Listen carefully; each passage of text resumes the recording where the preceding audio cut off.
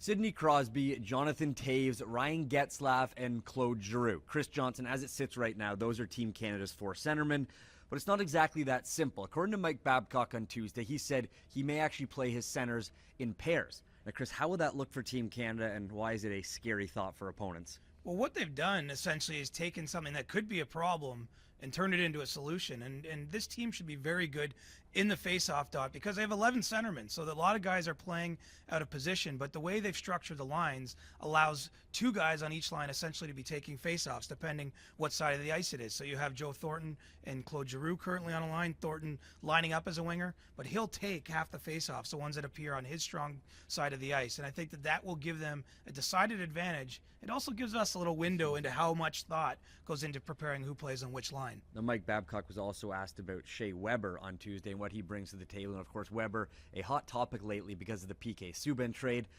And Mike Babcock went on and on and on about how much he loves Shea Weber. Is this kind of an insight into what hockey people really truly think of Shea Weber?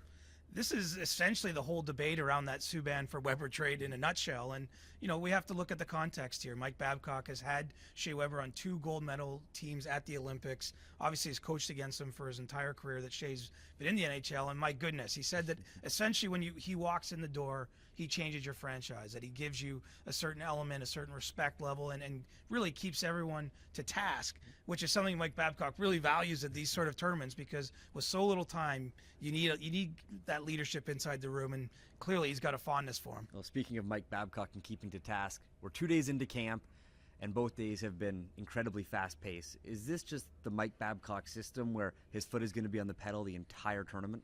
Well, there's a concern from Team Canada, Mike Babcock, and the brass about the way this whole training camp is going. And I think that's why they've skated so hard these 2 days. They have back-to-backs Friday, Saturday with the U.S., and they want to make sure the guys are prepared for that. I mean, look, they have franchise players for franchises all around the NHL on this team, and they really, obviously, no one wants to see anyone get hurt. So, the high pace of play has been about making sure the team's ready for the tournament, but I think it's also just to make sure these guys can get through what should be 2 tough exhibition games. Chris, thank you. Team Canada will have another high-tempo practice on Wednesday, a full off day on Thursday in preparation for Game 1 of the pre-tournament on Friday.